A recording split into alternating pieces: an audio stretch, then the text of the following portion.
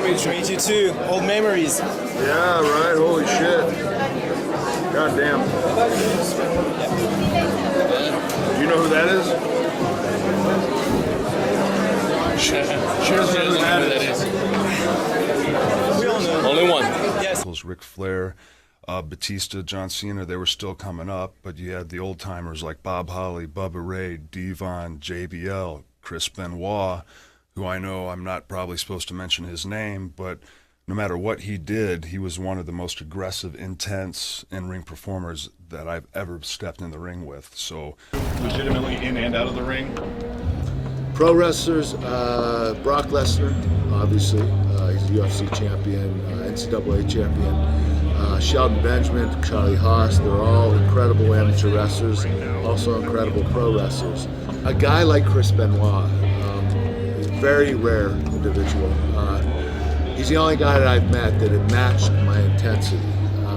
I have never found another wrestler that has done the same, not even Brock Lesnar. Even though Brock, don't get me wrong, Brock's a beast.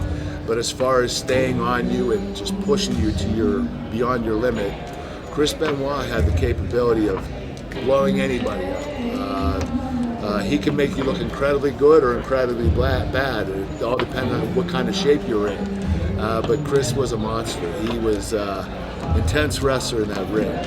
All the time, who's the best guy you were in the ring with? Who's the toughest? You know, like, it's almost like asking a parent which is your favorite child. You know, but Chris was, I mean, awesome. As I said, I wrestled him in Japan and Germany before he came to WCW and WWE. But always a great match. Always very physical, and it just what wrestling, in my opinion, should be. And probably not many of them can do it like Chris could. Thoughts on the Chris Benoit tragedy, and how did that change the locker room? You were there when that happened. Yeah, it's crazy. I don't think it happened the way that people think. What do you think? Too much. I don't know. Yeah, something happened. Did you get along with Chris? Did you know Chris? Yeah, Ken and I rode with him twice. It's actually kind of funny. We were going to see Jackass 2 one day. Might have been. I cannot picture Chris watching it and laughing. Loves it. Loves it. That's awesome. Blew my mind. Right. He's like, "Oh, Ken, when are we going to see a movie? Yeah, we're going to see Jackass with Chris." What? Okay. But before that, we were going to go to the gym. We were going to eat and then go to see the movie. Right. I wasn't a gym guy then. I'll just stay at the hotel. I get a call from Chris. You're not coming to the gym? No, I don't really do the gym, Chris. Sorry, bud. Oh. All right. I mean, if you don't want to hang out, it's fine. Ken calls me. I suggest you take a cab and you come to the gym right now, Dylan. Why?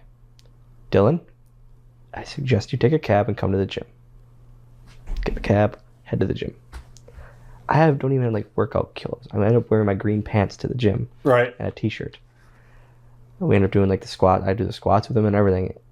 We leave, we go to dinner, and I see the toothless grin. And then I see Ken kind of doing this, and I go, "What are you guys laughing at?"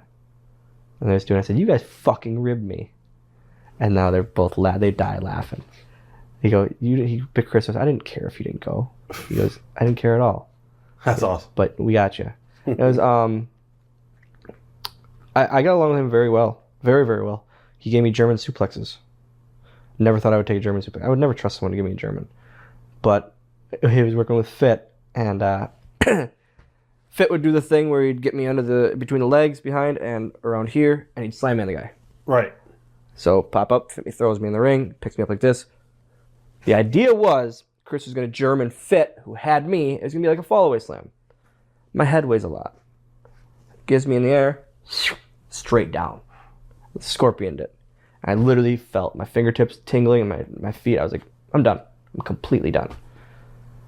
But he came up to me right after the match. When we got to the back, he goes, "You all right? You sure?" So him and Fit both. Fit gave me the videotape of the house show of the match, which is very you kind of don't do. Right. So I got the tape of it, which was great. It's cool to have. And then we changed it. Fit goes, "Could you take Germans?" I go, but Chris goes, "You'll be fine. You'll land flatter than anything." I go, "I don't know." He goes, "I promise you." He goes, "We'll do one, and if it hurts you, just tell me to stop." All right, mid-match, Fit throws me in. Chris goes behind me. One. Boom. Is you okay? Yep. He goes, you want to do 3? I go, yeah, that's fine. 2, 3. Now Fitz supposed to come in with a save. 4, 5. And now I feel Chris going like this, and laughing. 6, and now I see Fitz's eyes above the ring apron, and him just shaking, laughing too. We ended up doing 11. Oh. One of the nights we did 11 of them. That's crazy. Every time I was landing flat, but every time my feet, there's a picture of with one of them, my toes are touching behind my head on the mat because my body just folded like that. But it turned out great. I never got hurt with that. But I got to the back. I said, "Where were you?" He goes, "I couldn't stop laughing, Dylan. It was a midget getting German suplexed. I can't save that. I can't cut that off." Right. So I'll never I never trust anyone to give me a German ever. But it was one of those things where I trusted him. It was awesome. So I don't think that. I don't know. Just seeing him and his son backstage. Something. Yeah. And you also worked with Chris Benoit.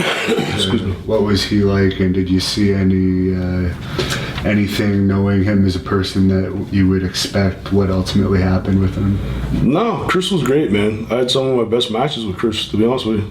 Like when we were doing that little ECW thing with WWE, him and I had a long stretch where we were wrestling on house shows, wrestling on TV, and like I said, some of my best matches were with him. I'm very proud of my work with Chris, and we had good, solid, hard-hitting matches. And honestly, to this day, I still think there's more to it than what meets the eye. Because I mean, I know knew Chris personally, and never in a million years would I have thought that would have happened. But you never know. I mean, obviously something happened. You know, And that's not the guy. That's not the guy that would brag about his kids. Like, yeah, that's not the guy that would do anything for his wife. That's not the guy who would work out for hours and hours and hours in the morning on the road so that he wouldn't work out so much on his off days just so he could spend more time with his family. You know, that whole thing kind of messed me up, because he had just called me like a week before that to check on my mental state and to see how I was doing. So when all that came about, it's just, the whole thing it's just a nightmare, you know. So the whole thing's a nightmare, absolute nightmare. But one of the most generous, just the real deal, man. Like, he was the real deal, like as real professional wrestler like as I've ever been in the locker room with. Just the real deal.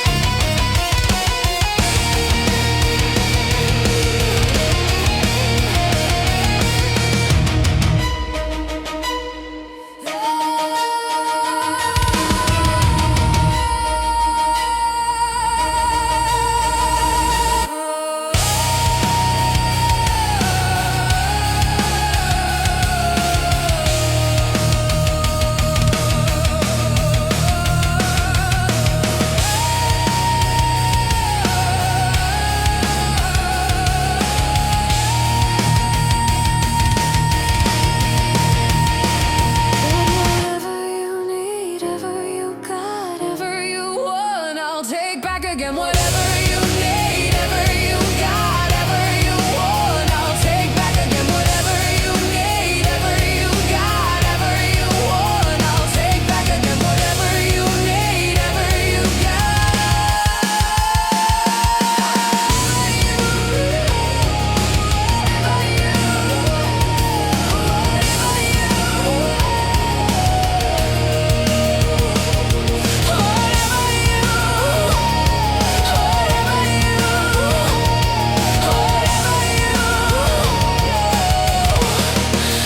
I'll take back again.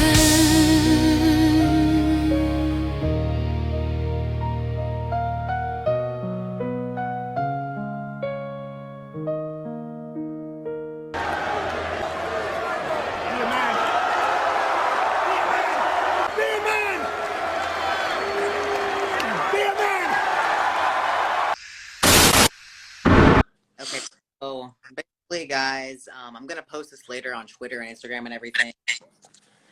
I talked to David, talked to Jericho, and I talked to Chavo, and I talked to my boss Scott to make sure this was okay.